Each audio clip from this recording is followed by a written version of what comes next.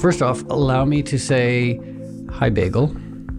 Hi, Moby. And hi, Lindsay. Hi, Moby. And hi, everyone listening. Hi, everyone. So, Lindsay and Bagel and everyone who's listening, we're going on an adventure today. To where? So, a lot of times, to state the obvious, we do the podcast here in my studio. Mm-hmm. Cozy. Sometimes we go to the outside world and we talk to friends and people we find inspiring. Mm-hmm. So today we're going to start the podcast right now, this very second, in my studio. Where everyone is familiar, they understand the space, so we can really ease them into the adventure that awaits. Yes. So yeah, we're contextualizing it with familiarity, and then we're going to go on a springtime adventure. But don't worry, you won't get too shocked or scared.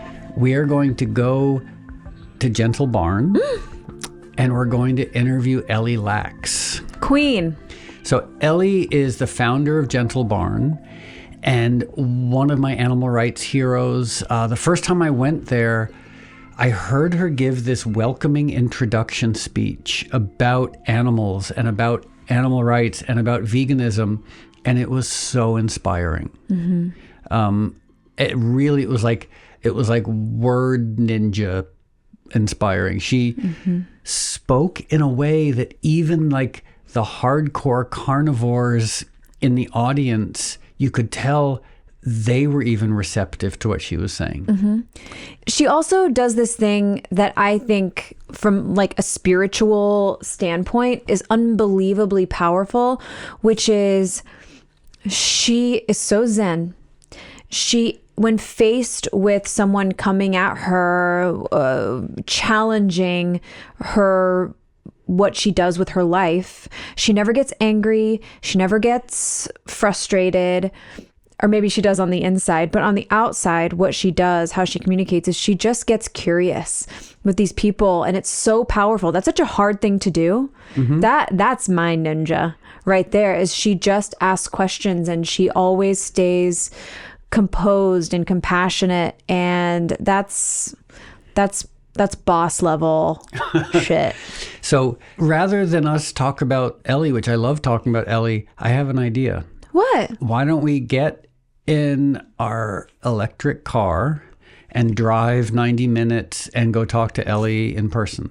Yeah, that sounds really, really fun. Okay, so through the magic of technology, right now we're in my studio, but for people listening and watching, probably within the next 5 seconds, we'll be at Gentle Barn 90 minutes away. Yep. It's like time travel. Time travel, yep. Okay, so we'll see you in 5 seconds at Gentle Barn.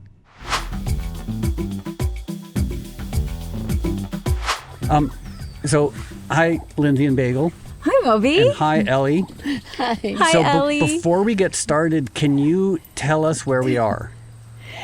We are at the Gentle Barn, California location in our upper barnyard.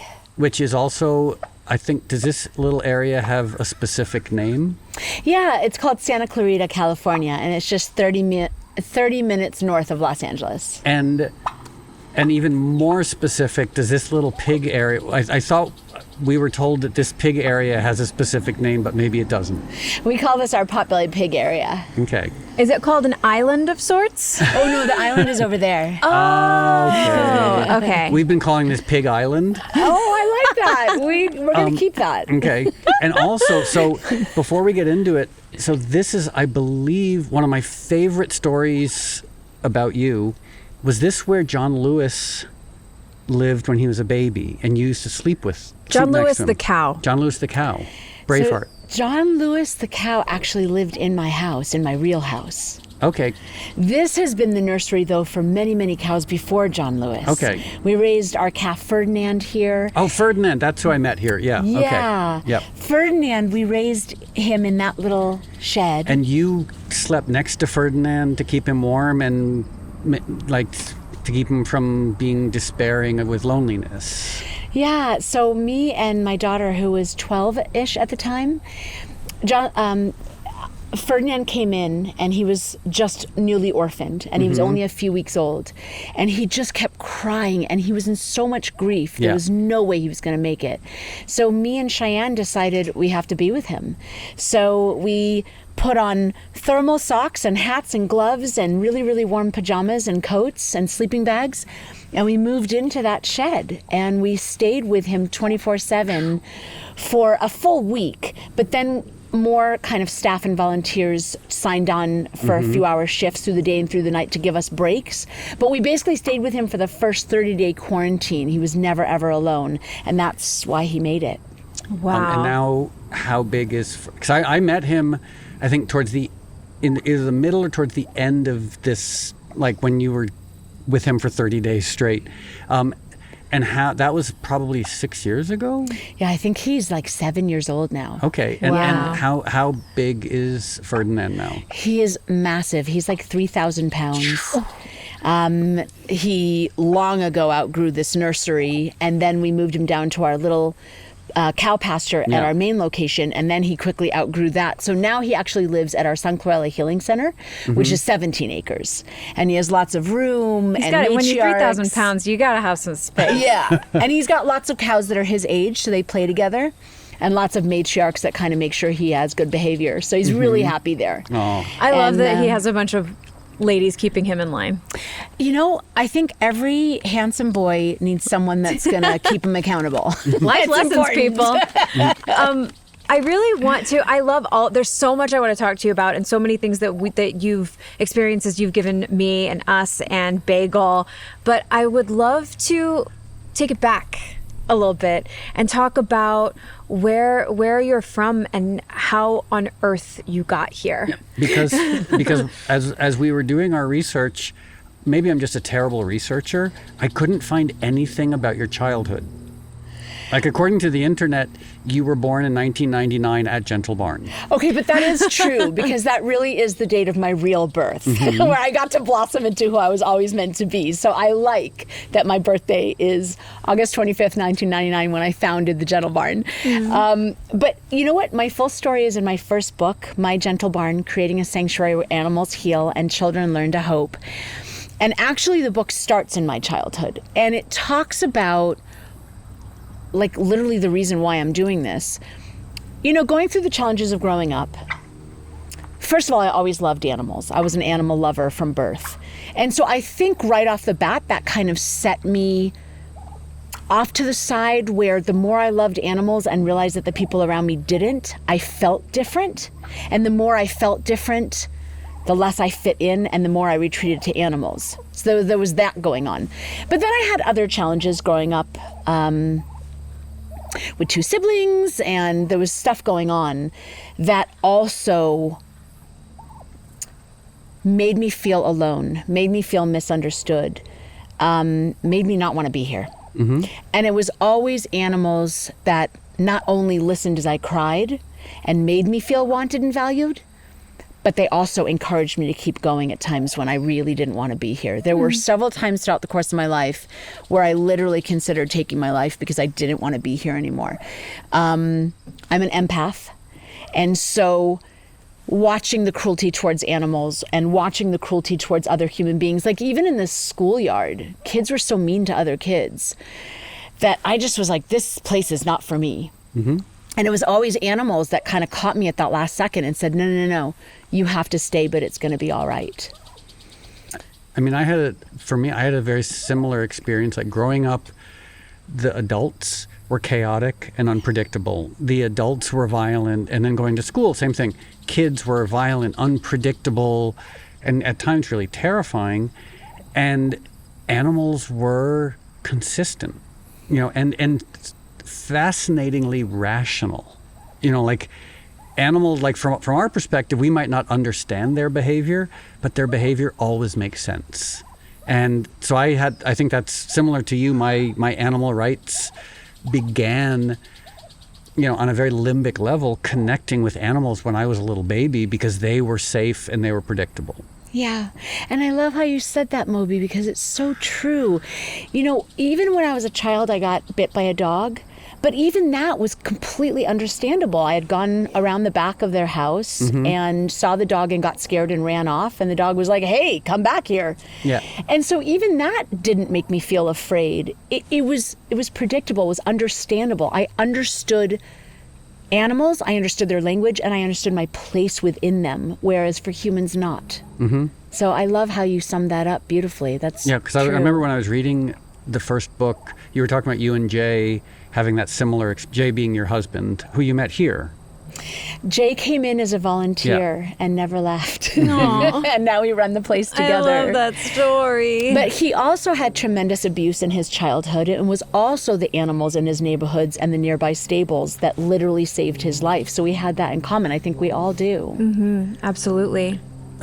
Ellie, when did you have your awakening? Because I assume, unless you're in Joaquin Phoenix's family, I'm assuming you weren't born vegan.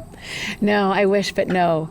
And yeah, I mean, like Lindsay, the ones that she could see in her living room, she understood, but the ones that were on the plate disguised as food, she didn't know until later. So it was the same as me. I was born obsessed with animals, spent every single waking moment in the woods and in the lakes with those animals, but ate what was served to me and had no idea that it was an animal until I was 11 years old.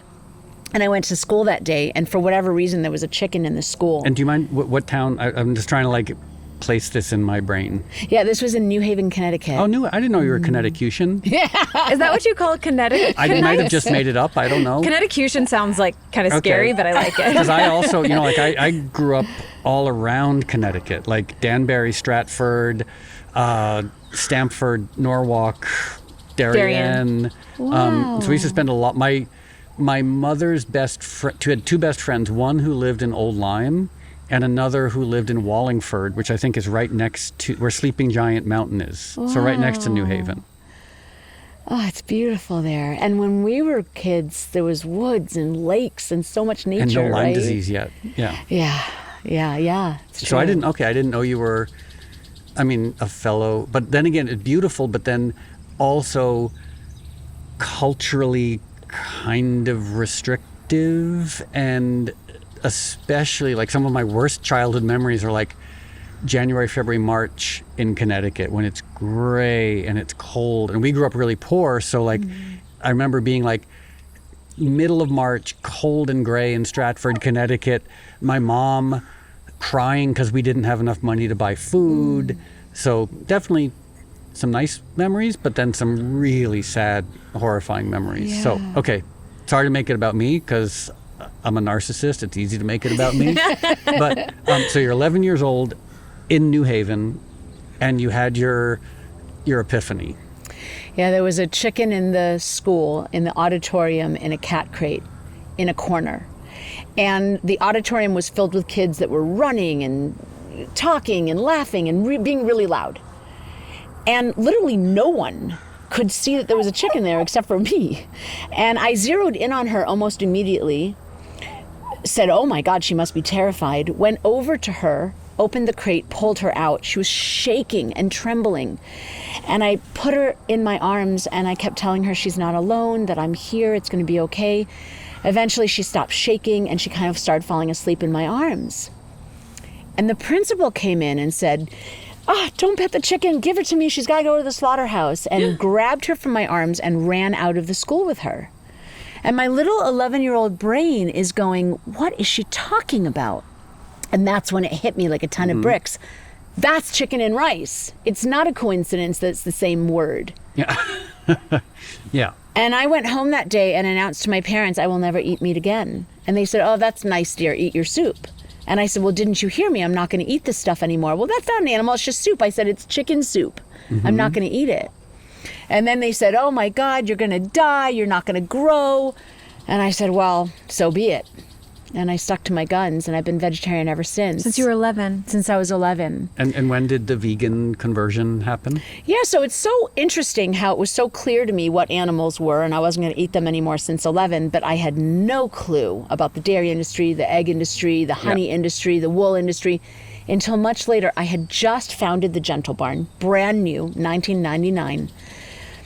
There was a group of volunteers that wanted a place to have a meeting. I offered them my place, and one of the men came up to me and said, "Hey, are you vegan?" And I said, "No, I'm American." Mm-hmm. That's how ignorant I was. Well, it's 1999. I mean, yeah. So he had a good laugh, and he said, no, do you eat animals? And I very proudly said, no, not since I was 11. He said, well, what about dairy and eggs? And I said, oh, well, that doesn't hurt anybody. And he gave me an education right then and there. He told me the truth that nobody had ever told me before. And I was absolutely horrified and went vegan on the spot. And I've been vegan ever since. It's been 25 years. Yeah, I mean, I had a similar experience because I went vegetarian in 84 because I'm so much older than you guys. And then in 1987, same thing. I was like, oh, well, I don't eat meat. I don't eat fish. So clearly I'm on the side of the angels. But I kept eating dairy, eggs and dairy. And then I read John Robbins' Diet for a New America. And that was the first time I was like, oh, this is horrifying and fascinating. The animals who are producing the eggs and the dairy have it worse in a way because they're kept. I was like, it's simply the golden rule, like do unto others. I was like, well, if someone gave me the choice of being killed for my meat or kept alive for my secretions and my eggs, I'd rather just be killed for my meat. Yeah. Like, so it was this moment of like, wow, I thought vegetarians were the good ones. And they are. They're well-intentioned, and they're oftentimes like really trying to do the right thing. But that awareness that the dairy industry is in some ways so much crueler and so much more sadistic.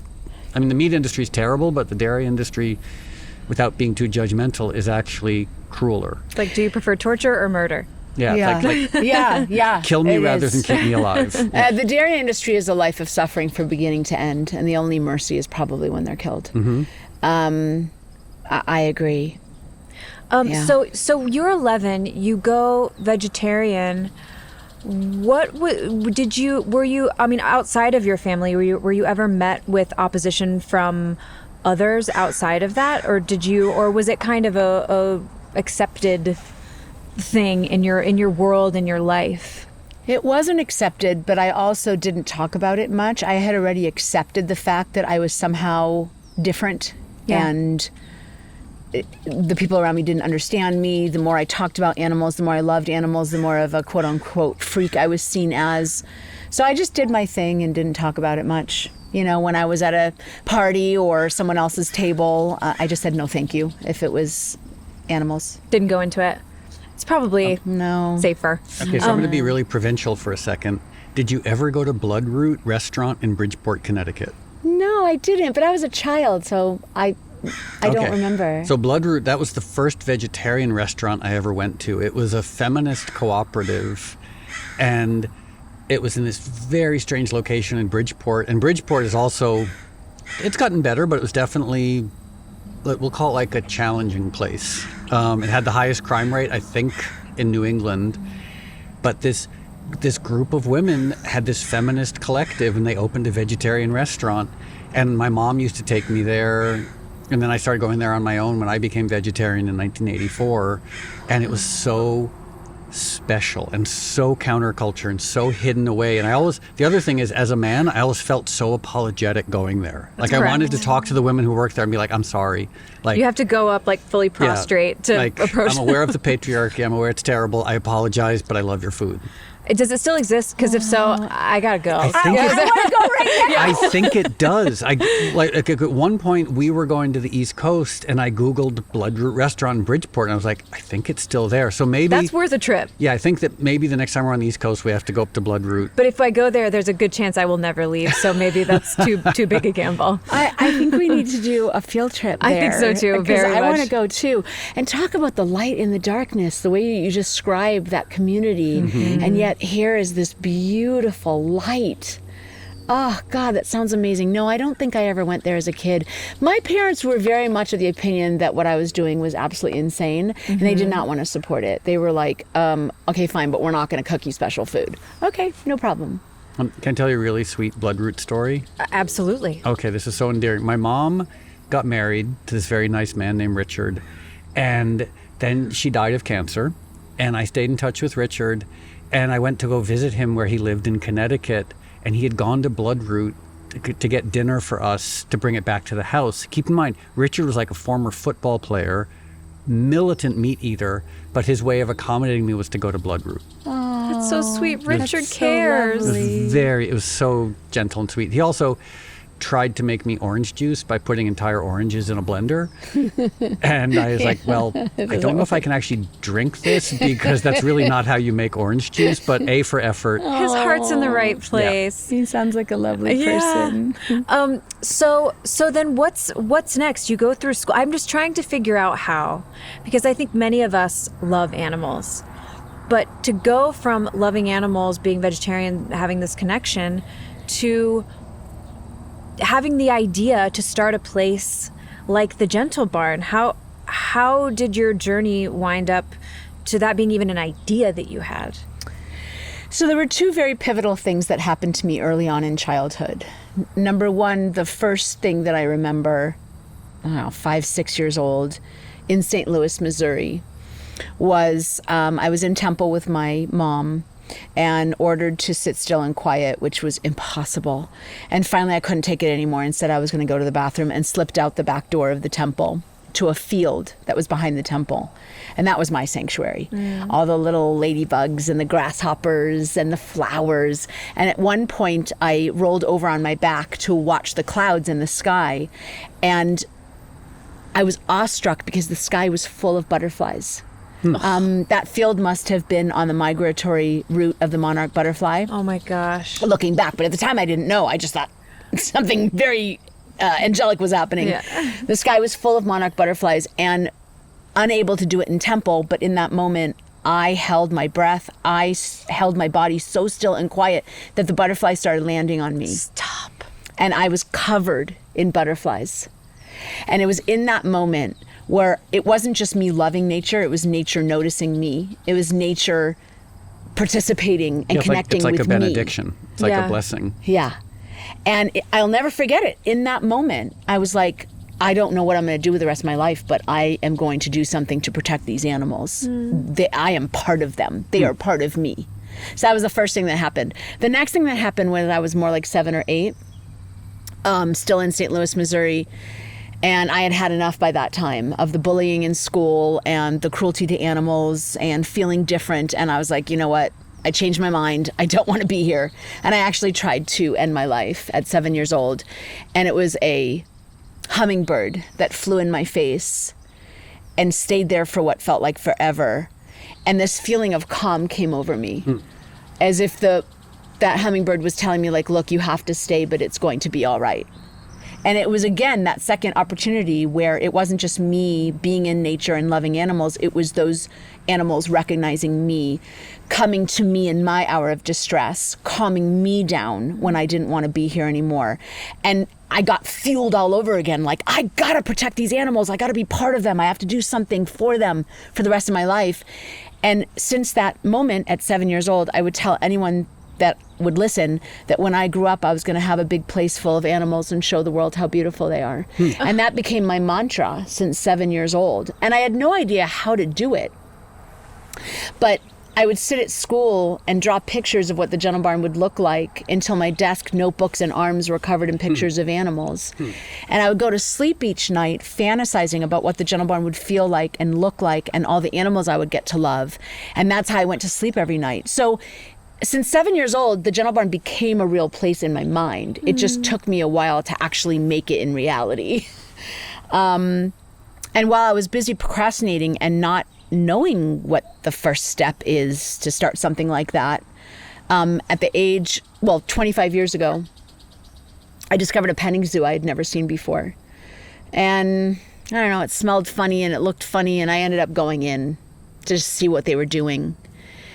And the place was absolutely awful. The goats and sheep had toenails 2 inches long and trouble walking. They kept beating the ponies to keep going round and round in torturous circles with no break, carrying kids. And there was not one drop of water on the property, even though it was well over 100 degrees.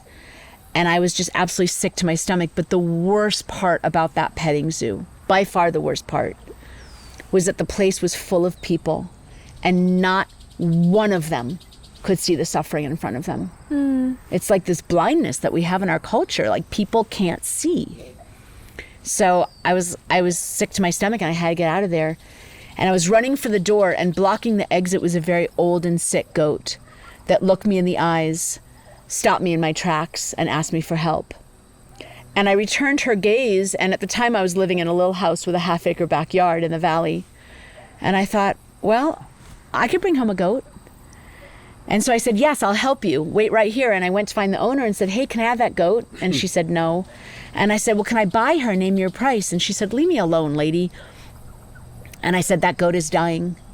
And I told her I was going to help her. So I'm just going to stay here till you say yes. And I stayed there for 12 days. And on the 13th day, she came and found me and told me to take the goat and get the heck out of there. And I brought Mary home. And she was a big white goat with giant golden eyes.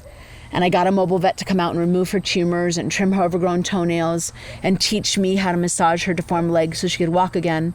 And a few months later, she was bouncing and galloping around my yard as happy as can be. And it was the greatest feeling I'd ever had. And I just knew that that was what I was born to do.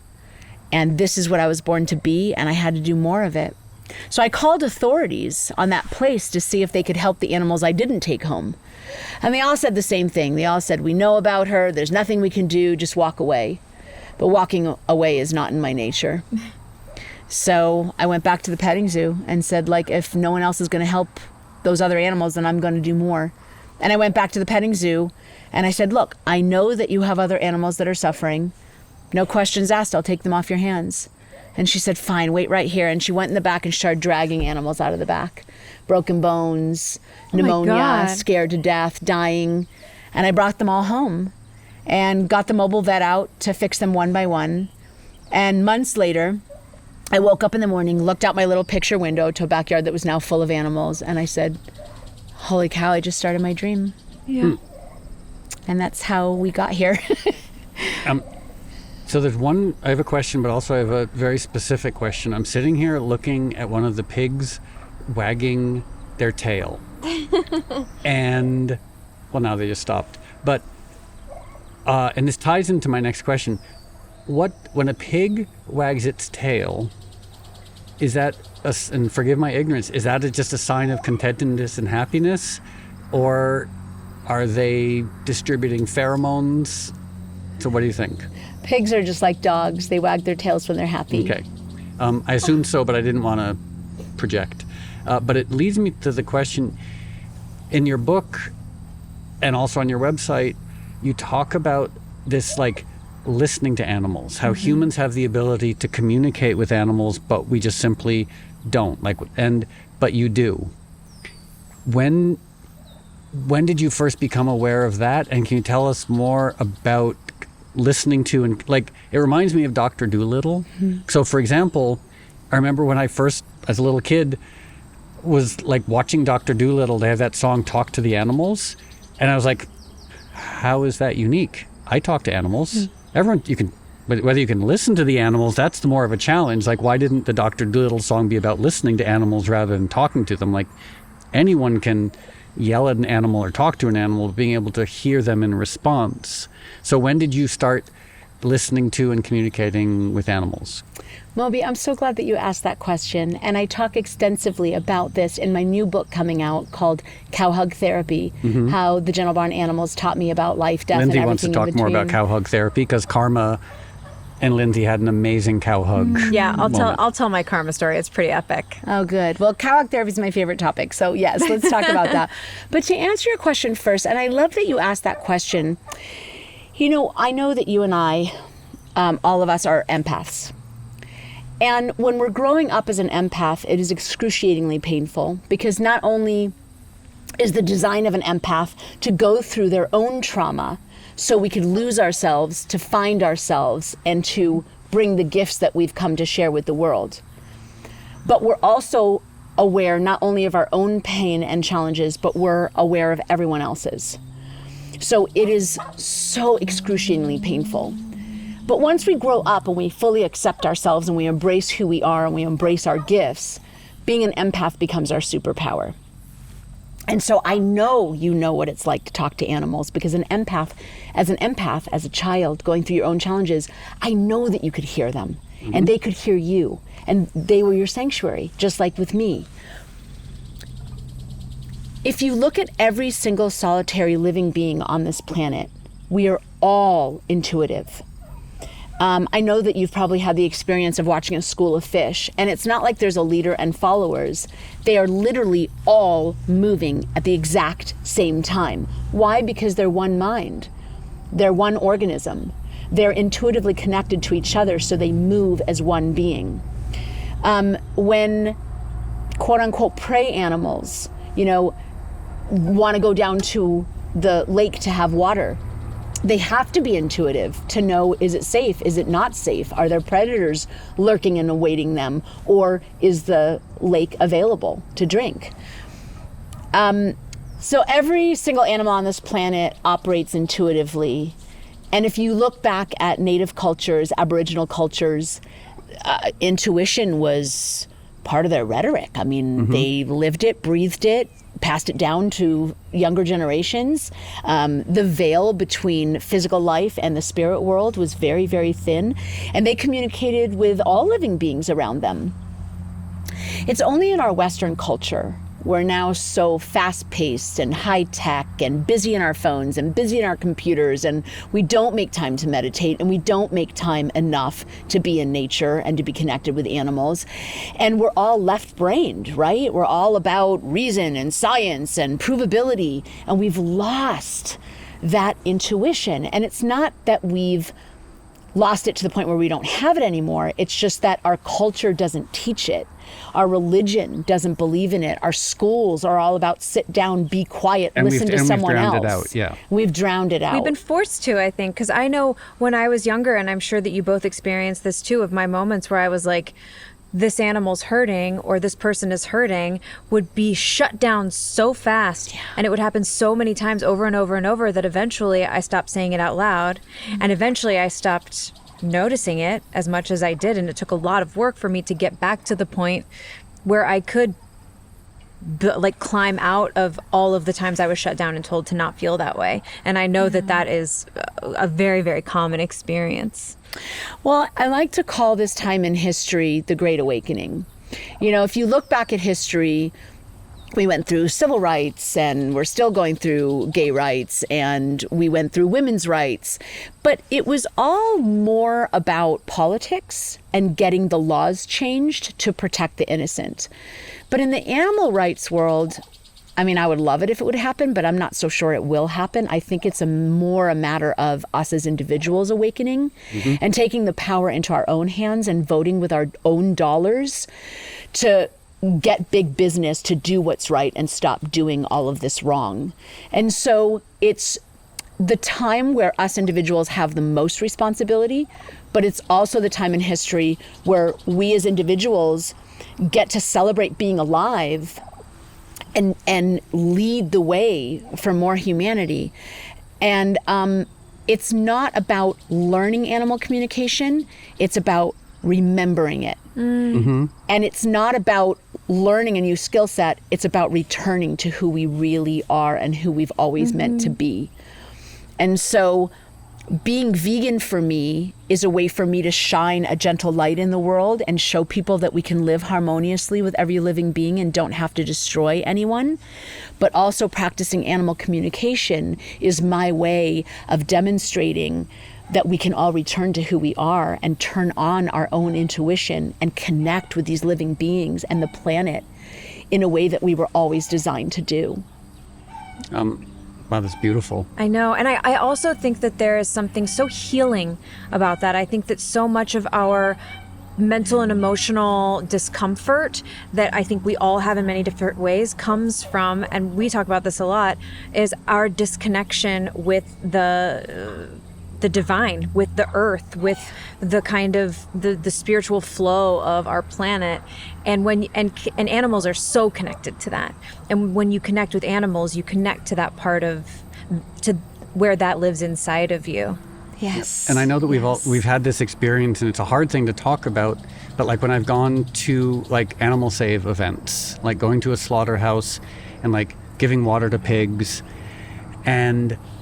or seeing animals who are being mistreated, there's something I realized at one point, like they're scared, understandably, but they're confused, because in the natural world, animals kill each other. Animals eat each other, but they don't abuse each other. And that's whenever I've seen an animal who's been on the receiving end of abuse or is about to be slaughtered, there's just this confusion. Like they're looking at us like, what are you doing? Like, how as a species, humans, how do you think this is a good idea? Like if I watch nature documentaries of like a mountain goat being attacked by some sort of mountain cat, tiger, something, the goat's scared, the goat's running away, but it's not confused. It's sort of like it understands that, okay, I'm connected to the natural world, the animal that's attacking me is connected to the natural world, we're both connected. And I think that my experience is like when you see animals who are about to be killed or when they've been abused, they look at us like, oh, you're so disconnected. Yeah. Like you're so, like, what happened to humans that connection is so broken. And in that disconnection comes violence, comes depression, comes, this anger that you don't really know where it comes from. And I think it's your spirit saying something's wrong, Yeah. Yeah. And, I had a really, really profound experience once where I was driving somewhere in the Midwest, I think between our St. Louis location and our Tennessee location. And of course, those highways are riddled with slaughter trucks.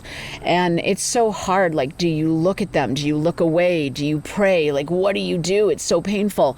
And so one of the times that there was a slaughter truck that pulled up alongside us, I said, I need the courage to look them in the eye. I can't look away. I have to look at them and have the image of their faces seared in my mind so that everything that I do is born out of bettering them and ending this insanity that we're doing. So I looked at her and she looked straight at me. And I asked her permission to speak to her and she said yes. And I said to her, I'm so sorry this is happening. I'm so sorry that this world is so crazy. You don't deserve this. And she looked right back at me and she said, don't cry for us. We're going home. Going home is always a beautiful, beautiful thing. And I said, I'm so confused. Like, I've been vegetarian since I was 11 and vegan for 25 years. I don't want to eat meat. I don't want to exploit animals. I'm trying to teach other people how to do that. And you're telling me now it's okay? And she said, don't cry for us that are going home. The work that you're doing is for the people that are capable in the slaughterhouses to end a life, for the people in dairies willing to take a newborn baby away from a mom, for the people that are disconnected from their hearts, broken from their own love, don't know who they are and can't see the beauty and angels in front of them. That's the work that you have to do on this planet. And it rocked my world, and I'll never forget that, because it's true. The work that we're doing on this planet is to awaken the people that can't see, can't hear, can't love, can't feel. Yeah, and there's one of the most baffling aspects of being an animal rights activist is the fact that everyone agrees with us. I'd say 99% of the people on the planet, if you sit them down and say like, okay, do you like animals? They're like, yeah, I like animals. Would you ever hurt an animal? Absolutely not. What do you think about animal suffering? Do you want to see images of animal suffering? They're like, no, I could never look at images of animal suffering. And then the follow-up question, the logical follow-up question is like, okay, well, I feel the same way, and as a result, I don't contribute to the suffering and death of animals. And at that point, they punch you in the face and say, leave me alone. Stop trying to like impose your values on me. I'm like, but you already agree with us. Yeah. That's what's so like, the fact that 99% of the people on the planet aren't willing to take that next step. Like, we don't have to convince them to agree with us. They already do. Yeah. No one wants to hurt animals. No one wants to be involved in animal suffering. No one can look at footage of animals being suffered. but day in, day out, they're all contributing to it. And I feel like I don't know how many synapses I've lost trying to wrap my head around that fact. No, it's true. It's very baffling. I mean, it's that cognitive dissonance where they agree with everything except for they still want to put that animal in their mouth. And that's why, I call this period in history the Great Awakening, because we have to awaken to love. We have to be inconvenienced. We have to make changes. We have to vote with our dollars, and we have to stop making the exception. There's no fine print to kindness. There's no, oh, I love animals. I want to protect animals. I don't want to see animals' heart, but the small fine print is, but I'm still going to eat them. Yeah. There's no small print. It's, come on, let's wake up. And it's never, ever been easier. Oh my God, there's like vegan food in fast food restaurants. There's vegan on the menu in all restaurants. It's a household word now. So one you remind me, I think one of the first times I came up here was maybe it was a Saturday. It was a day when you had a long line of people waiting to get in.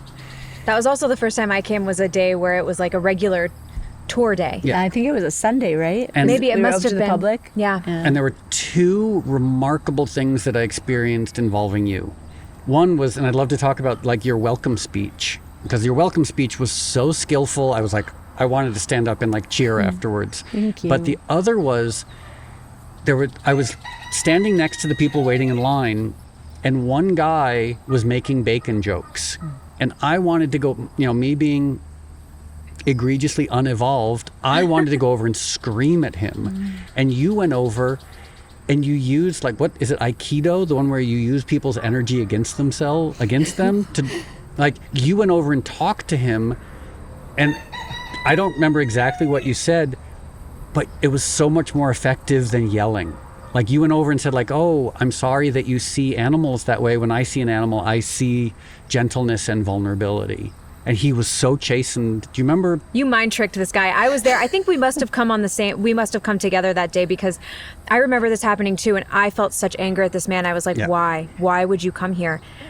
You said, that may be how you see animals, but this is how I see them. And you said something so beautiful. And obviously this was years ago. I cannot remember what it was. And you probably don't remember either, because this was years and years and years ago. But it was so beautiful. And that was before we even came in to the space. But then, yes, the speech that you give in that kind of tiny amphitheater type area was so beautiful, so meaningful. But before we hear that, I would love to go back to your petting zoo. How do you go from rescued petting zoo animals in your backyard to this kind of multi-location, beloved place that we know now? Well, very slowly. People see us now and go, oh my God, I don't know how I'd ever do that. And I'm like, well, we didn't start this way. Yeah. It started in the half-acre backyard. And then Jay came in as a volunteer and got more and more involved. At first, he was just helping out on Fridays, clean the barnyard. And then he started going to 6 different Whole Foods and getting produce for the animals that we would chop up together and feed to the animals. Then he started walking them, because I had 8 dogs at the time. So then he started helping me walk the dogs and walk the horses. And then I realized his corporate background. So he helped me in the office, and then he got a seat on the board. And then before I knew it, we had fallen in love a year later and joined forces to expand the mission of the Gentle Barn. And so we were at that half-acre backyard, and at first it was wonderful. The neighborhood embraced us and they supported us, but very soon we were kind of bursting at the seams, and new neighbors moved in and started complaining.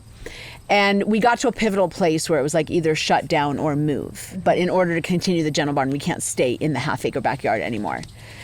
And we went through a whole roller coaster of emotions. Do we shut down? Do we give up? Do we keep going? Where do we move?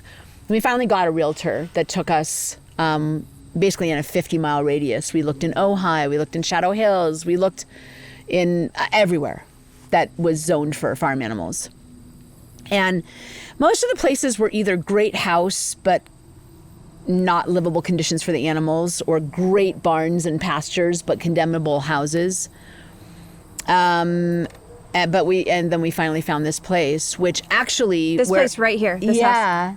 Right where we are in Santa Clarita, California. When we came to see this place with the realtor, near to giving up because we had been looking for 5 months and we were like, oh, forget it. But the realtor was like, I have one more place to show you. We came here and the house was here and nothing else was here. It was just weeds. This was a field. It was a field of weeds. Wow. And it was interesting because when I look back at that moment, I don't know why I thought this could be a gentle barn. All there was a house. Why did we think this would be viable? But for some reason, as we were walking through the fields, all of a sudden I could see a smaller animal barnyard. I could see a horse barn. I could see the cow pasture. And it was like taking shape. Yeah. And so by the time we got to the top of the hill, I looked at the realtor and said, we'll take it. And the realtor was like, you haven't even seen the house yet. And I'm like, okay, fine, let's go see the house. So we went in the house and it was livable and we said, we'll take it. And one thing, when I first came up here, that really impressed me about you and the criteria for Gentle Barn is your idea of building sanctuaries close to population centers. Because as we know, there's some wonderful, well-intentioned sanctuaries that are so far away from people, no one ever gets to visit. And you were the first sanctuary owner that I ever heard voice it. Can you talk about your criteria for choosing sanctuary locations? When I was 7 years old, my rant was, when I grow up, I'm going to have a big place full of animals and show the world how beautiful they are. So I can't do that if we're in the middle of nowhere. The original design at 7 years old was, it's the people that I want to affect. Yes, we're going to save animals. We're going to share their stories. We're going to give them the best lives they could possibly imagine. But the key component to my service was, we have to get in front of people. We have to show more people that chicken and rice is a beautiful living angel that wants to cuddle in your arms. And that bacon are pigs with a 3,000 word vocabulary wagging their tails and just as affectionate as dogs. That cows, once they learn to trust you, will bring you into the fold of their family and nurture you and heal you in ways that talk therapy cannot. I was aware of that at 7 years old. And so it was always this key component that we have to be within an hour's drive of the biggest city in each state because we have to get in front of as many people as we possibly can. Yeah, I love that aspect of it because I'm sure you hear these stories all the time, like people, incredibly well-intentioned, idealistic people who save up their money to open a sanctuary and then immediately realize just how hard it is running a sanctuary, and they're in the middle of nowhere. Yeah. So yeah, you were you were the first person who really clarified that for me, that like the utility of a sanctuary is of course saving animals and engaging with the community, but more is being able to reach as many people as possible to show them the reality of living animals. You know, not animals in a supermarket, not animals on TV, not animals on social media, as much as I love animals on social media and on TV, but that experience of looking an animal in the eye as a three-dimensional living being, nothing is more powerful than that. Listen, I mean, we're slaughtering animals by the billions, and there is that cognitive dissonance running rampant on our planet where people just don't understand what they're doing or don't want to change. And so saving animals is not enough. And don't get me wrong, anyone that is saving animals, anyone that's running a sanctuary, they are a friend of mine, they're in the trenches with us, and every life is deserving of refuge. They're on the side of the angels. Yeah. However, we could literally buy up the entire America, and there still would not be enough room to save as many animals as we need to save. The only way this is ever going to change is if we change the hearts of humans. And the only way we're going to change the hearts of humans is if they have an interaction with an animal, look in their eyes, hear their stories of resilience, see that there's no difference between a dog and a pig and a cow and a chicken and a turkey, and make their own changes. That's the only way we're ever going to change. And so sanctuary has to be near people. And the other reason is that with the rising crime rate, divorce rate, suicide rate, drug rate, I mean, you name it, everything that's bad with human beings is just getting worse. It's not just animals that need the sanctuary, it's human beings. People need sanctuary. They need the stillness and the quiet. They need the connection to nature and animals to be reminded of who they really are. Yes. And they need it as badly as the animals do. And to like see innocence, see authenticity, see gentleness in these creatures, which brings me to my next question. Oh, can I say one thing about that? Oh, heck yeah, you can. I love, what do you call this area behind us? It's just the upper barnyard or Okay. the smaller animal barnyard. See, this, every time I come here, and I've been here now many times, this always amazes me because everyone gets along. You have all these different animals, and I'm sitting here right now and I see turkeys, and I see goats, and I see sheep, and I see alpacas, and I see people, and I see Big emus, pigs. and I see pigs. I see all the, and every time I've come here, everyone's getting along. To be fair, one time when those pigs were babies, I came up here and they were getting along, but they were also fantastic lunatics. Like, I have this wonderful footage on my old phone of them like playing with everything, playing with balls and running over and attacking my feet and then going and attacking each other, but in the most joyful, happy way. So it just always inspires me, like the peace and the gentleness of this enclosure. So Lindsay, sorry, I just want to mention that. That's why I say people need sanctuary too, because this is holding the space and the example of how we all could live together like this. We don't have to put each other down. We don't have to compete. We don't have to war. We don't have to have enemy consciousness. We can live like these animals do, in peace and harmony, get along and understand each other, even though our words might be different. This is the example for this planet. Yeah. Yeah, that's that's what I want to talk about, is the human part of this. Of there are so many petting zoos in the world.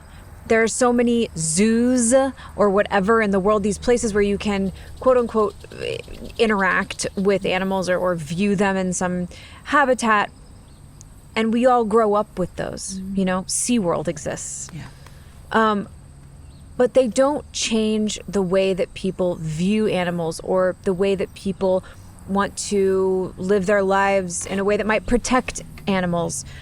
I want to know more about how you have managed to bridge that gap between giving people animal experiences and giving people animal connections that might change the way they live their lives once they leave here. So I think zoos and petting zoos are actually very harmful. And I heard you say that they don't change the way people see animals, but actually they do, but in a negative way. The minute an animal is there for profit or there on display, you are teaching future generations to objectify animals. And look where we are. We're objectifying animals all over the place because of what we're learning in zoos. That they are for consumption. Yeah. They are for us to look at. They are going to perform for us. They are going to please us. Exactly. And the foundation of the Gentle Barn and our visitors is built on that every interaction is up to the animal and it's about the animal, and the animal needs to come first. It's on our website. It's on the tickets that people get for Open to the Public Sundays. It's on the bookings of people that come for private tours or field trips. We state that everything that this is a working sanctuary, this is where the animals live, and everything that happens around the animal. Some of the animals will want their bellies rubbed or their backs scratched or to be held, and other animals will say no thank you, and they will be respected. On Open to the Public Sundays, every single animal has their own volunteer to let people know if they do want to be pet or they don't want to be pet or how they want to be pet. And that's why there's an amphitheater presentation before people are even allowed into the animal enclosures, to give them that reverence and understanding of what we do and why we do it, so that they're not walking around thinking that these animals are here to please them. The other thing that when I'm training my volunteers and my tour guides and my staff, I tell them that telling a person that an animal doesn't want to be pet is more important than allowing someone to pet an animal. Because it's in those moments where we tell someone, I'm sorry, that animal's walking away, they're saying no thank you, or I'm sorry, that animal, it doesn't want to be interacted with right now. It's in those moments of telling a visitor no that the greatest lessons are learned. Because these animals are not here for us. They're here for their own purposes and their own reasons. As we all are. As we all are. And just like we can't objectify each other and we can't impose ourselves on each other, we can't do that to animals. But people do impose themselves on each other, and I think there's a lesson in that too of like, oh, if this animal can ask for respect, maybe I can say, like, the weird person that comes up to me and is like, give me a hug. I don't have to do that for my own safety. I can say, you know what I mean? Yeah. So I had a thought a while ago. A friend of ours was at a songwriting camp, and she was so upset because this older guy had come over and taken her guitar and forced her to listen to him play. Oh. And we got on the phone afterwards, and she was really shaken by this, but she was also like asking me, she was like, why am I so upset? Like, all he did was take my guitar. And I suddenly had this realization of a very broad definition of violence, which might be self-evident to you guys, but violence is simply one individual imposing their will on another individual. Yeah. And I was like, Julie, this might have been at 2 p.m. in a hotel hallway with a bunch of people around, but it was an act of violence. It was. Like, he imposed his will on you Without against your your will, consent. without your consent. And that's my very broad understanding of violence. Yeah.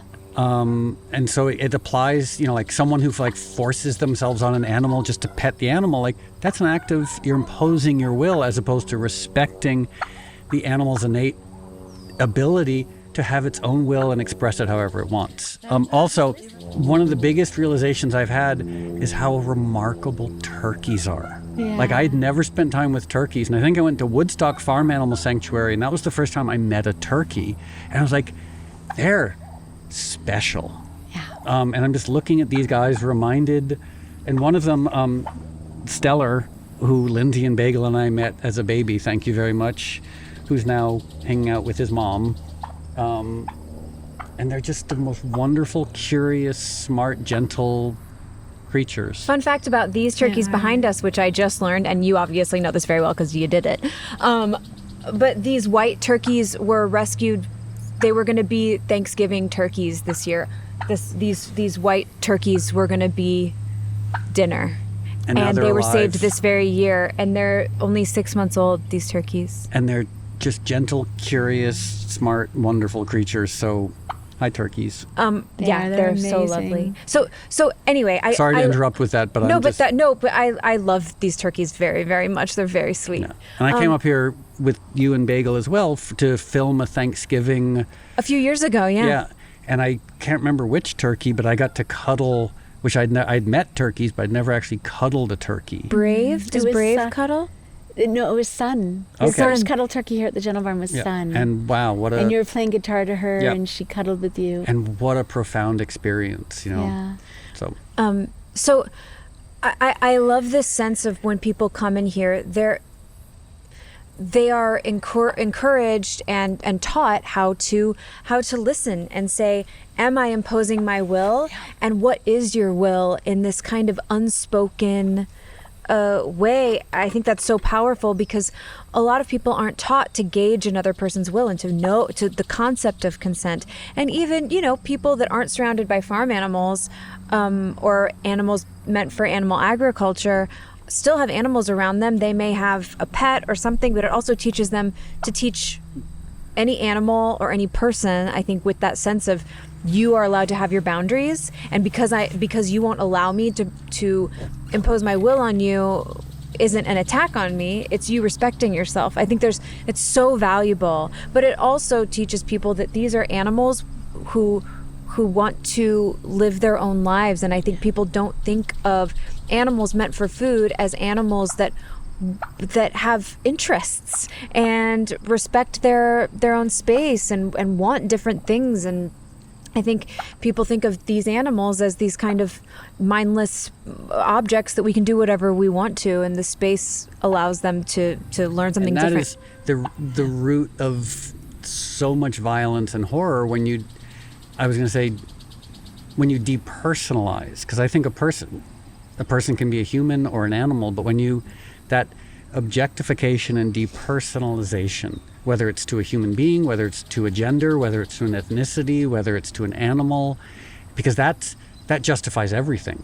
And that's how ostensibly good people, and sorry for stating the obvious, but good people can commit acts of atrocity because they've depersonalized the other. Mm-hmm. You know, like when people call a group of humans animals, I'm like, I think you're trying to say something negative right now, but it's actually probably much kinder than what you. So we don't want to take up too much of your time, but I do want to talk about cow hugs. And Lindsay, I know you had your profound experience with karma, and so I guess my question is, when did you first become aware of the fact that that cow hug therapy was such a special, remarkable thing for so many people? So in 2000, after I kind of in the first year of opening the Gentle Barn, I discovered this miniature cow that was going to be sent to slaughter because she couldn't get pregnant and earn her keep. And I became obsessed with getting her. And I actually walked around my neighborhood knocking on doors, asking my neighbors to contribute so that we could transport her down to the Gentle Barn, which we did. We ended up saving her life. And her name was Buddha. And she was very special from the get-go. She never ran away from people. She actually walked into the group of people and laid down so people could hug her. She was very, very special. And then and still now, before I go to bed at night, I go and check the barnyard and I make sure that everybody is safely on their roosts and everyone is healthy and happy before I go to bed. And so one evening on a bedtime check, I went out to the barnyard and I made sure everybody was fine. And the last animal that I said goodnight to was my cow Buddha. And I kind of passed by her and gave her a nice little pat and kiss on her head and kept going. And there was something, I don't know, there was just something about the way that she looked at me, like she needed more. So I stopped and I came back to her and she kind of said, sit for a minute. And I said, okay, that would be nice. So I sat next to her and I leaned against her shoulder. And then the most surprising thing happened that changed the course of my life and the history of the Gentle Barn. She wrapped her neck around me and held me. And I was so touched by this unexpected display of affection that I burst into tears and didn't even know how much stress and tension I was even holding in my body from the stress of opening the Gentle Barn and trying to bring in money and trying to roll out our programs. And I found myself just weeping uncontrollably onto her shoulder, and she held me the whole entire time. And when I was done, I stayed in that embrace. And that embrace became a nightly ritual. Where no matter what went on that day or what tension I was holding in my body, I had to have one of those hugs to kind of wash away the day, wipe me clean, allow me to sleep peacefully, and kind of be recharged for the next day. And weeks later, I was thinking, I've been in all kinds of therapy, right, since I was a kid, right? Talk therapy and experiential therapy and all this stuff. And, it was wonderful. But those hugs did something for me that therapy just could not get close to. And I remember thinking in one of those embraces, if these hugs are doing what they're doing for me, there are other people that are hurting even worse than me that need these hugs. And so I went in the house and I opened the phone book and I started calling drug and alcohol rehab centers, probation camps, foster agencies, domestic violence shelters, homeless shelters, inner city schools, and saying, look, I have animals that have gone through exactly what your clients have gone through, and they have healing to give, you should come out. And they did. And so these agencies started bringing their clients. And I would start with a presentation explaining what the Gentle Barn is, and then asking the people kind of about them, like what word describes who they are and what is their dream, because I wanted to let them know that I was interested in who they are as well. Mm-hmm. But then as soon as we were done talking, the first thing we ever did was go to hug Buddha. And it was like watching an extraordinary miracle take place every single time, where these teenagers or young adults with their hardened faces and their arms folded defensively across their chests and their eyes cast down on the ground, tough and hardened by what they had been through in life, bring them over to Buddha, and they would rest their faces down on Buddha's shoulder, close their eyes, and their faces would literally melt in front of me into kids.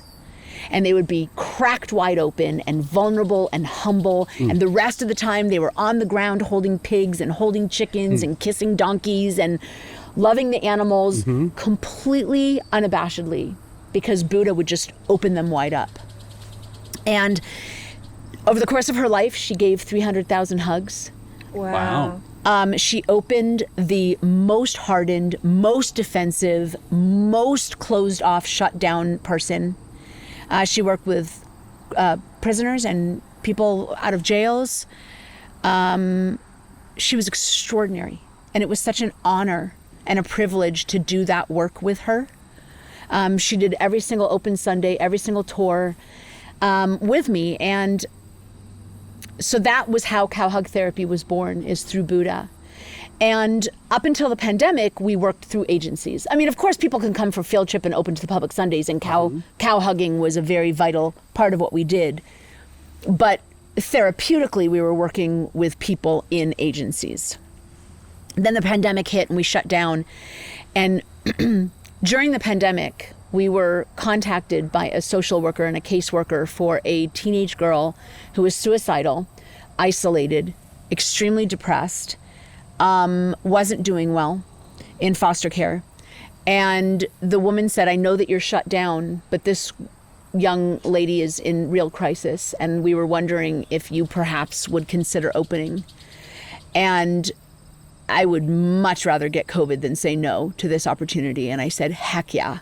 And so this teen and her caseworkers came every single week for, God, I don't know, 8 months, and then re-enrolled for the second year once we had opened after COVID.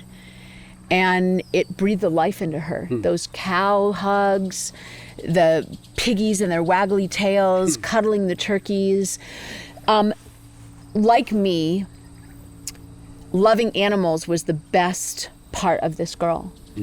And she wasn't able to share it with other people because, you know, the other foster kids teased her, and the foster homes were like inconvenienced by her love of animals. But she came to the Gentle Barn and she was able to share that beautiful part of herself. And the more she shared, the more she opened up, and the more she talked about real life things and what she was going through and what her childhood was like. And she got to be witnessed and connected with me, but also the animals. And it was an amazing experience. And so when we reopened after the pandemic, because of seeing how much Cow Hug Therapy did for this girl, and then of course everyone was hurting around the world after Cow Hug Therapy, it wasn't just people in agencies, I said we got to deliver Cow Hug Therapy to the world. And so we offered it not just to people in agencies, but to any individual that was hurting, stressed out, depressed, anxious, suicidal, terminally ill, anybody going through anything hard. They could come to the Gentle Barn and for an hour be in the private audience of the cows and get that nurturing and get that healing. And it's been extraordinary to watch how valuable it's been to people that needed it. I don't know if I would believe you if it hadn't happened to me. Because you think it's a cow. They're magical, they're beautiful, they're majestic. But what's a hug gonna do? Let me tell you, I was hurt. I was going through this like awful heartbreak. I was like the can't eat, can't sleep, just not doing great. And we came here. I don't know if you remember this. You and Jay were here. We were doing something, a turkey. I think Moby was playing guitar for the turkeys. And then we went over to just go say hi to the cows. And I don't remember if it was you or Jay mentioned, or I think people had been in the cow barn doing like meditating with the cows during their nap time or something, which I was like, well, that's the coolest thing I've ever heard. And Moby had mentioned like, oh, well, Lindsay's going through it. And I was like, Moby, stop. And and Jay was like, oh, really? Because if so, you should sit and talk to Karma for a minute.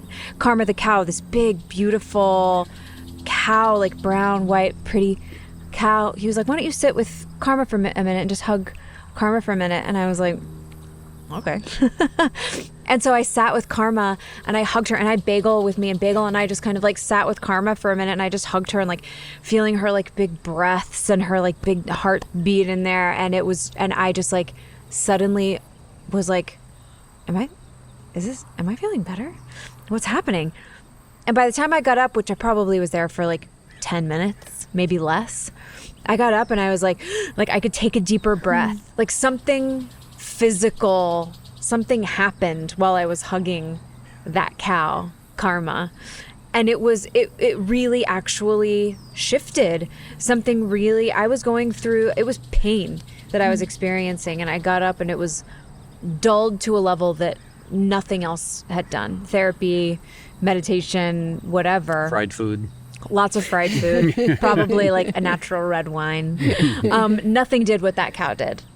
So I can say firsthand testimonial. It really does something. It really shifts something around. Maybe it's because they're so big and it's like suddenly you're like in the womb again or something. I don't know, but it does something. So I have spent a really long time trying to figure out why it's so healing to be hugged by a cow. Like, I mean, all animals are great, right? Horses are great and dogs and cats are great. Like, but what is it about cow hug therapy? And I've come up with a lot of theories, but this is my favorite one. When we're infants and we're being held by our caregiver, our face is on their chest. We can hear their heartbeat. We rise and fall with their breathing, and we feel safe and nurtured in a giant protective frame. And we feel very, very vulnerable, right? Because we're not in charge. We're completely surrendered to they're in charge. And I think once we grow up, nothing mimics that, because we love our dogs, we love our cats, we love our horses, but we're ultimately in a leadership position with them. Like we're holding the cat, we're holding the dog. We're kind of still in an authority position. But with cows, they outweigh us by thousands of pounds. So you can't teach them to do it. You can't train them to do it. You can't make them do anything. But these matriarchs in the herd, they are so wise and their energy is so remarkable and they're so grounded and they're so centered that when they choose to nurture us like family, we become that infant again, where we can rest our faces on their sides. We can hear their heartbeat. We can rise and fall with their breathing. And we feel small, vulnerable, and helpless in a giant protective frame. And it's like it takes us back to infancy where anything is possible and where healing starts. Yeah, that makes so much sense. And I really felt that. It's this kind of, that surrender feeling of this powerful thing taking time and space and letting you just exist with it in that safety. Yeah, it's a beautiful, beautiful thing and such a wonderful offering. So sort of in that same vein, one thing I wanted to ask you about, I don't know anything about your spiritual practices, apart from connecting with animals and being, rescuing animals and letting people have experiences like Lindsay had with Karma. But do you have a spiritual practice as well? And are there spiritual traditions you've been inspired by? I'm not going to throw a rock at you. Okay. You can if you want. Lots of people do. It's fine. It would be really funny if you did, though. No, I'm not going to do that. A little It rock wouldn't kill between him. friends is fine. Yeah. No, and like I told you in the beginning, I'm an open book. You can ask me anything. So I was raised Orthodox Jewish, and by people who really believed in it. Like it fed their soul. It made them whole. And for some reason between them and I, something was lost in the translation. So growing up, it was, I don't know why. My parents had so much spirituality and so much love for religion and God and belief and faith, but I just never got it. For me, it was restrictive. It was alienating. It religion kind of makes you hate people that are not of that religion. I didn't get it. So there were parts of the religion that I really like sitting Shiva in the Jewish religion is the most beautiful thing in the whole wide world. Do you know what that is? When someone passes away and you just sit for 7 days and allow people to come and feed you and take care of you and tell stories of your lost loved one. I just think that's the coolest thing in the world, and I practice that when my loved ones pass away, including animals. But I remember being in school, and I went to an Orthodox school, and I remember one day being in this like really long lecture, and they said something like, if a house is on fire on the Sabbath and there's animals inside the house, you can't go and save them. And I'm like, check please, I'm done, you lost me. And I literally remembered that moment going, you completely lost me. Like I wasn't all the way in before, but you literally for real 100% just lost me. And I was out. That doesn't make any sense. I remember walking to temple once when I was a kid, and there was an injured pigeon that had been hit by a car. And I immediately picked her up and was like, I got to walk her to the vet, and my parents were like, put her down. She's dirty. We got to get to temple. And I'm like, we go to temple to learn how to be good people, and the opportunity to be a good person is in my hands right now. And I'm going to take her to the vet. So organized religion, not so much. My religion is, and I know this is going to sound corny, but it's love, it's connection, it's helping those around me. It's saying yes to someone that needs help. It's going out of my way to help somebody. It's putting others first and not this egocentric need for domination and power. It's having my heart wide open and being intuitive and hearing the cries for help, whether they're in front of me or across the planet. I can still hear them and feel them. And I want to dedicate my days to bettering those around me, bettering myself. I'm always on a quest to be more evolved. And meditation is a really big part of that. I have a daily meditation practice. My rule for myself is I do not leave my bedroom without meditating. And there are days where chaos is ensuing and maybe I can only do it for 5 minutes, but I do not leave my room without meditation. And what meditation does for me is it connects me to, and again, this is going to sound corny, but it connects me to my higher self. It connects me to who I really am. Listen, there is a soul in each of us that was somewhere before we found this form. And there's a soul that is going to exist when we're done with these bodies.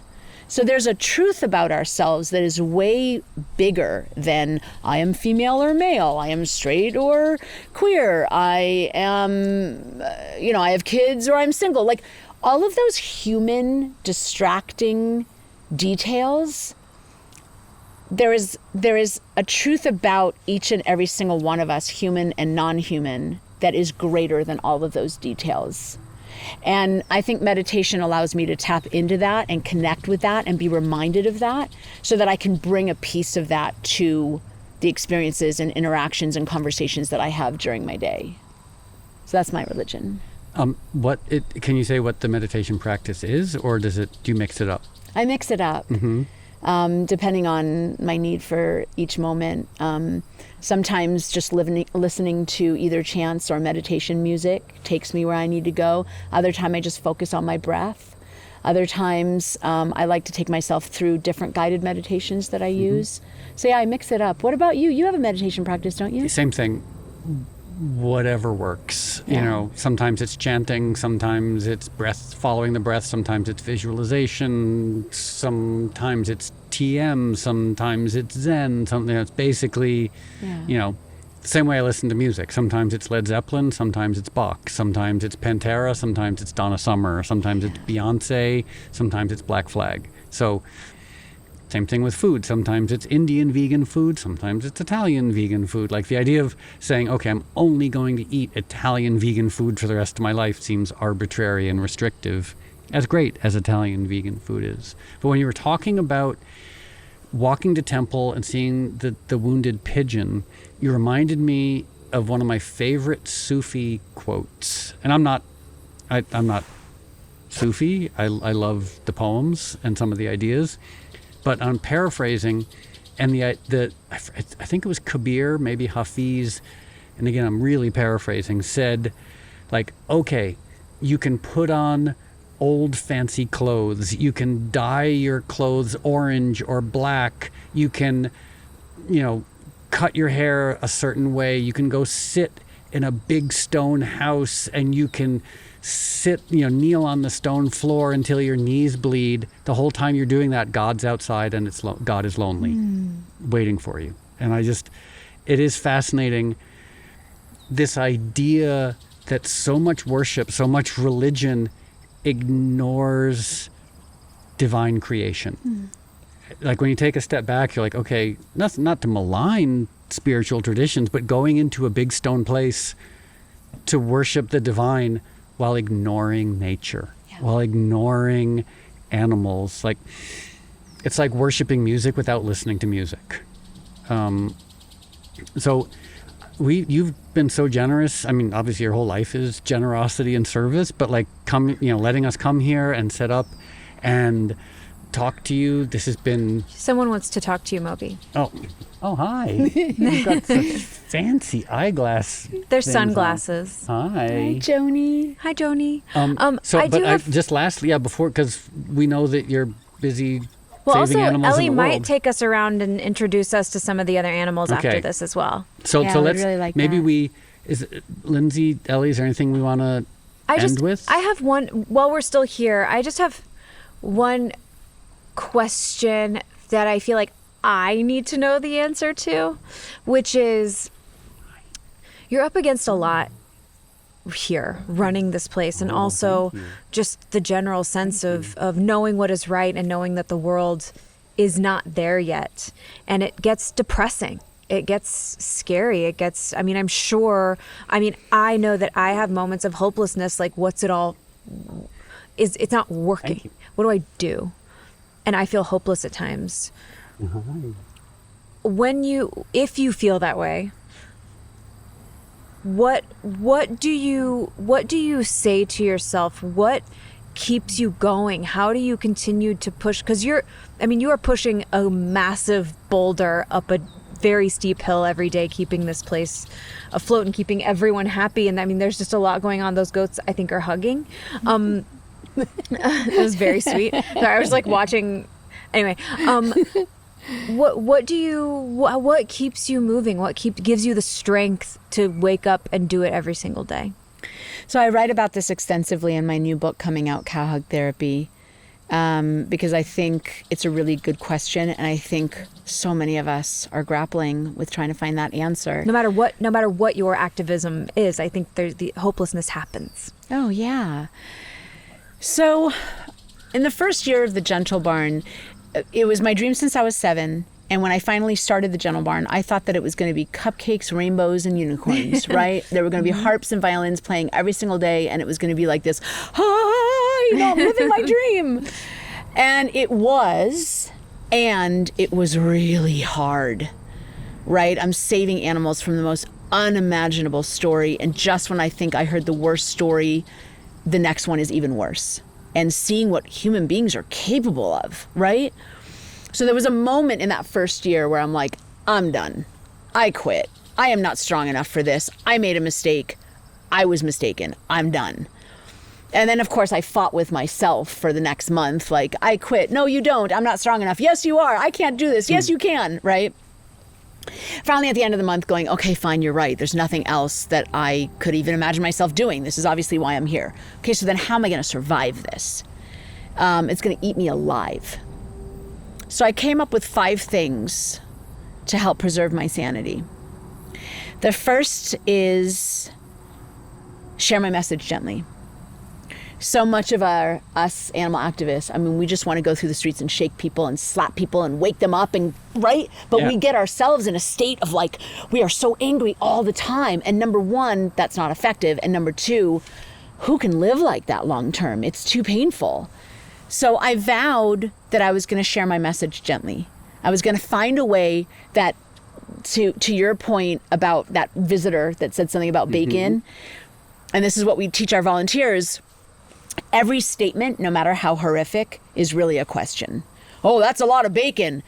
It sure is. Do you know why? They're genetically engineered to grow bigger than they're supposed to. Wild pigs are only 250 pounds, and this pig is 1,000 pounds. They're not supposed to be this big, right? So every comment, no matter how seemingly nasty, is an opportunity to teach, and really a question that needs to be answered. So share my message gently, find a way to show people who these animals are through my eyes, and find a way to live in peace so that I'm not angry all the time. Yeah. So the second thing that I vowed to to take on was, once I share my message gently, to lose attachment to the outcome. Right? Because of course the outcome that I want is every single person that comes to the Gentle Barn and loves these animals and hears the presentation and understands what's going on will leave vegan. But everyone's on their own journey. Everyone's evolving at their own pace. Some people turn on a dime like I did. Some people, it's a process. So I need to lose attachment to the outcome, and I need to bless them on their way, knowing that their journey is their business. Yep.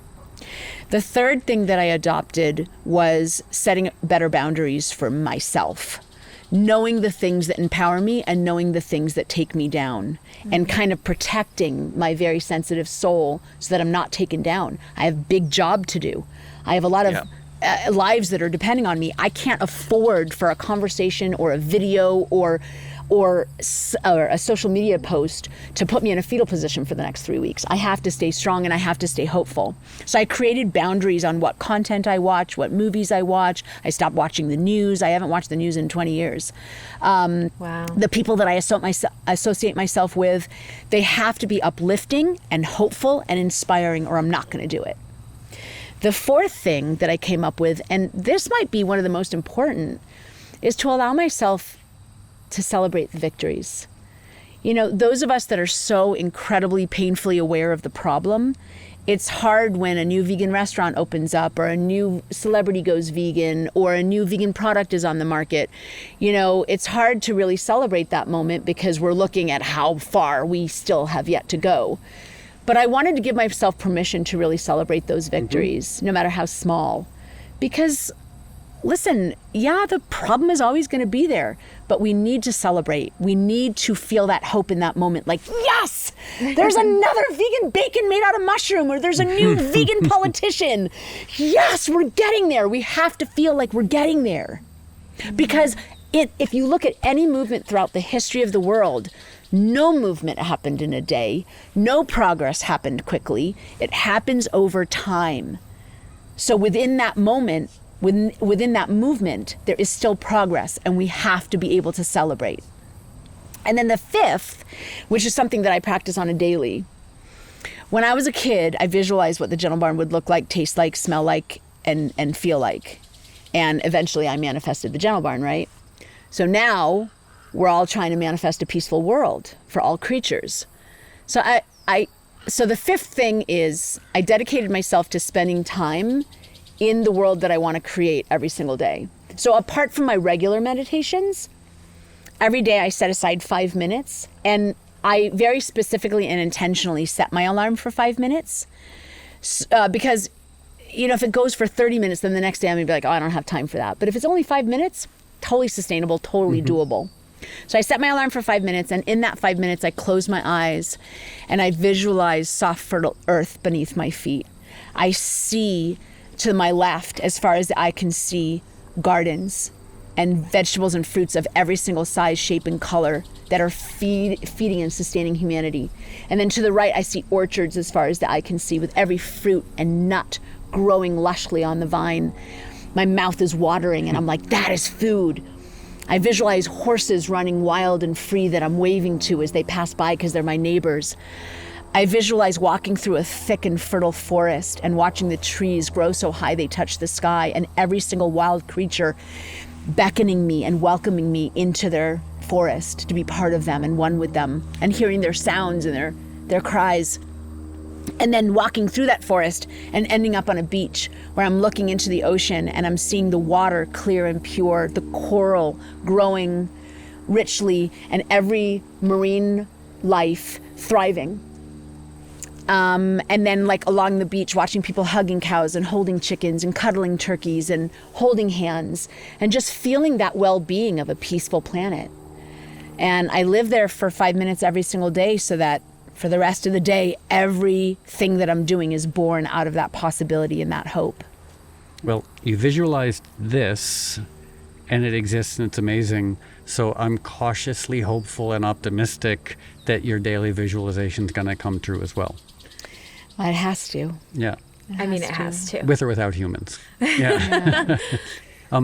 So thank you very much. Do we get to go say hi to some animals? Yeah, now? is that okay, Ellie? Because I also, something that is so magical to me about the Gentle Barn is that when you meet these animals, you learn about their story and you learn about where they came from, and it shines a light on the world we don't see about these animals' lives before they come to this magical place and what other animals might currently be experiencing. So maybe you can introduce us to a couple of animals as we walk around a little bit. I would be honored. And I just want to say I've really enjoyed this. The questions that you asked and the conversations that we've had. I mean, I really don't want it to end. I could do this all day. I actually could do this all day. Me too. Thank you. Yeah, thank you. Part two. Let's go. Yeah, let's go meet say hi to some some animals. individuals. Okay, great.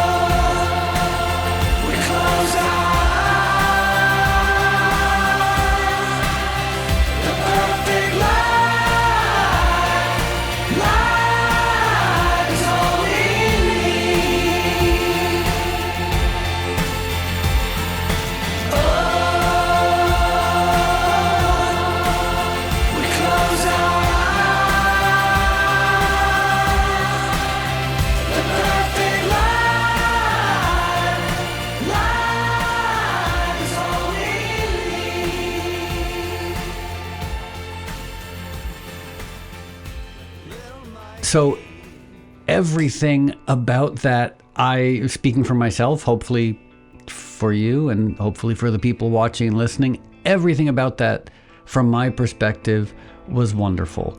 I just love Ellie. I just love her. Being with her, she's so warm and open and connected, and she's just so fantastic. And I think if anyone was going to be kind of the face of an organization like this, she's the perfect person. I mean, I could just talk to her about this stuff for days and days and days.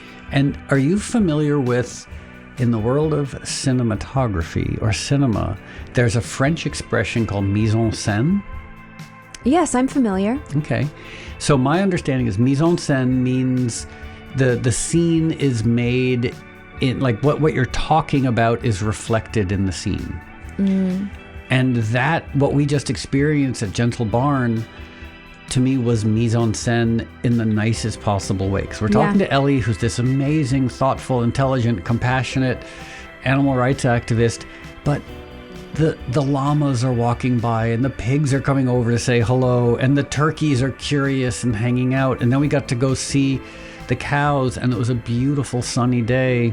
It just felt so like, just really like the wonderful side of animal rights activism, because it's easy to get overwhelmed when you have 1 trillion animals every year being killed by and for humans. It's nice to be shown in person or on a camera the potential for Eden, the potential for like happy, safe, rescued animals living their own lives however they see fit. But also with a kind of love that I wish all animals got. I don't know if you see this or if it comes across in the podcast, but in the middle of our taping, a violinist walked behind us to go and play gentle violin for one of the pigs, because the pig is very soothed by violin music. Like that is just what she does every other day or something like that, a couple times a week. A violinist doing will come out. Music therapy for the animals. And I have to say that it's very easy to get overwhelmed with negativity towards humanity. You know, when you look at war, when you look at genocide, when you look at bigotry, when you look at environmental destruction and devastation, when you look at fake news and attacks on democracy. But for me, especially when I look at how people casually contribute to the suffering and death of animals, it's so easy to get overwhelmed by that. And it's really so essential to see the alternative, you know, to see this utopian way in which animals can live, and where violinists on their day off go and play soothing violin music for rescued pigs. So thank you, Lindsay and Bagel, for coming with me to Gentle Barn. No, that was so fun. I mean, I wish I could go to Gentle Barn every dang day. I wish I could just enjoy my morning matcha in that pen and, you know, hugging turkeys and chickens and stuff. Should we say thank you to everybody else, including Stella? Yeah. Well, there's two Stellas. There's Stella the baby turkey and your friend Stella, who was helping us out. Stella the baby turkey is actually Stellar now, because they found out Stellar is a boy. Okay, so Stellar the baby turkey, who is there and looks like an adult. We met Stellar when Stellar was still Stella and was a tiny baby eating blueberries out of my hands. So cute. But also Stella Gregg, who I love dearly, came out and helped us, and she shot a bunch of the B-roll footage that we used of the animals, and helped us with all of the stuff while we were there. It was nice to have the extra hand, so thank you, Stella. I also want to say thank you to Mike Formansky for shooting and editing the video, and to Jonathan Nesvadba, who masterfully captured and edited the audio that I'm sure was not easy to do, since there were lots of squeaks and squawks and grunts and animal noises. Which is great. I hope we left in every single last squeak and squawk and animal noise. I mean, we were shooting in an animal sanctuary. It'd be weird to try and edit out squeaks and squawks and moos and grunts. And I'm noises. sure some of them I were hope there. all of them are in. Okay, I hope all you hear is the squeaks and squawks, and maybe edit me out. Like, I'd rather listen to rescued animals making happy grunting noises than me talking. Okay, well, we'll talk about that later. Okay. And also thank you to Human Content, and thank you to Ellie, and thank you to everyone at Gentle Barn and all the volunteers, and thank you to all the rescued animals for having so much personality and being so delightful. And thank you guys for listening and watching. And if you're in California, or if you're in Tennessee, or if you're anywhere near a Gentle Barn, please go. Please follow them on social media. They're fantastic to see in person, but also just to see what they're doing day in and day out on their socials. So go do that too. And we'll be back in 2 weeks. So today was very, not serious, but today was very thoughtful and poignant and looking at animal rights activism. In 2 weeks, we might be doing something kind of ridiculous. So silly, so chaotic. Costumes might be involved. So we'll see you in 2 weeks. Thank you so much. Thank you so much.